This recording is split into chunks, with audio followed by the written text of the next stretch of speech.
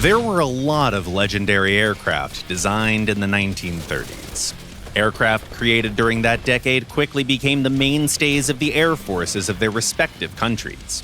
They were used till the very end of the Second World War, and their late variants formed the pantheon of the best piston engine aircraft ever made. Today we're going to speak about one of those iconic designs, the numerous marks of the Spitfire, the winged knights that guarded the skies of the British Empire.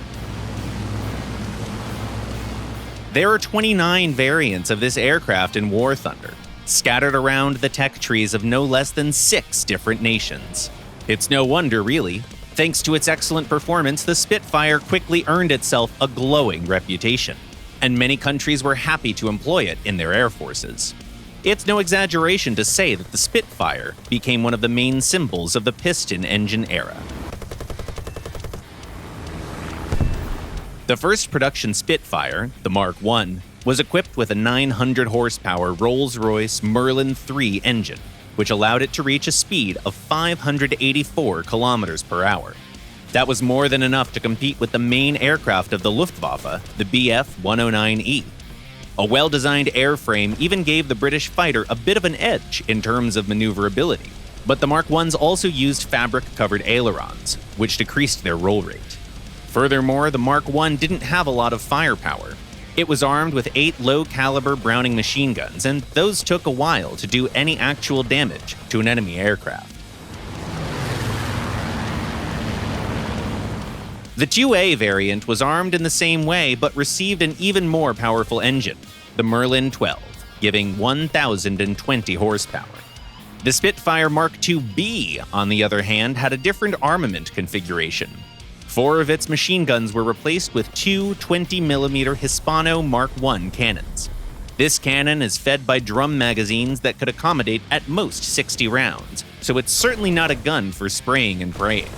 Use your cannons deliberately, in short bursts, ideally against a target that you've already softened up with machine guns.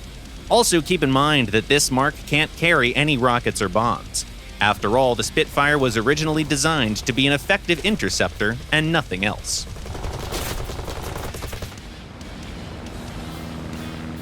Mark V's received a new engine, the Merlin 45, which was additionally modified for better performance at low altitudes for the 5C variant of the Spitfire. This version of the engine was called 45M. When the production of this mark of the Spitfire was in full swing, so was the African campaign. That's why many Mark V's were fitted with a special dust filter fitted under the nose.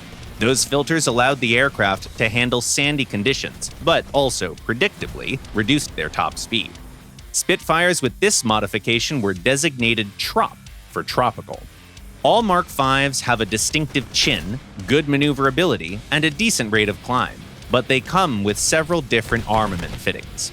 The 5B variant was armed with 4 Browning machine guns and 2 Hispano Mark II cannons, while the 5C variant was fitted with 4 20mm cannons that had a shared ammo pool of 480 rounds. That firepower allowed the aircraft to destroy even the sturdiest of bombers in a matter of seconds, and other fighters didn't stand a chance at all.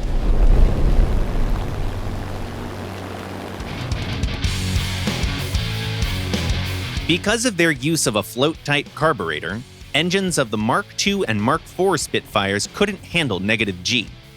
This issue was first addressed with the arrival of the Mark V, as this variant had its carburetor fitted with a special restrictor that limited the fuel flow, and was properly resolved on the Spitfire Mark IX, thanks to its new engine, the Merlin 61. The Spitfire F, Mark IX, and 9C still follow the same formula of one aircraft having both machine guns and cannons, and the other being armed with cannons only, but the former also got more ammo, 240 rounds to be exact.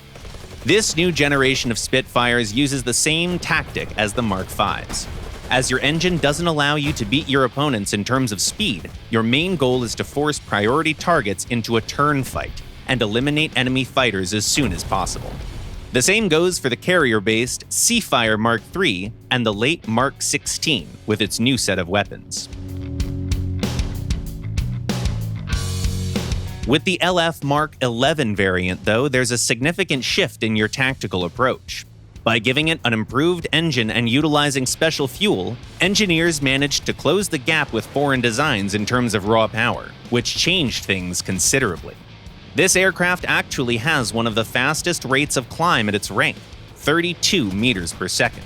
That's very fast indeed. Essentially, the LF Mark 11 will climb faster than any fighter you might encounter, and then it's up to you. You can choose to go down to their level or terrorize the enemy team with endless boom and zoom attacks. If you do it like that, giving you even a small window of opportunity would be a huge risk for any opposing planes, as your regular machine guns are replaced with 2 high-caliber Brownings.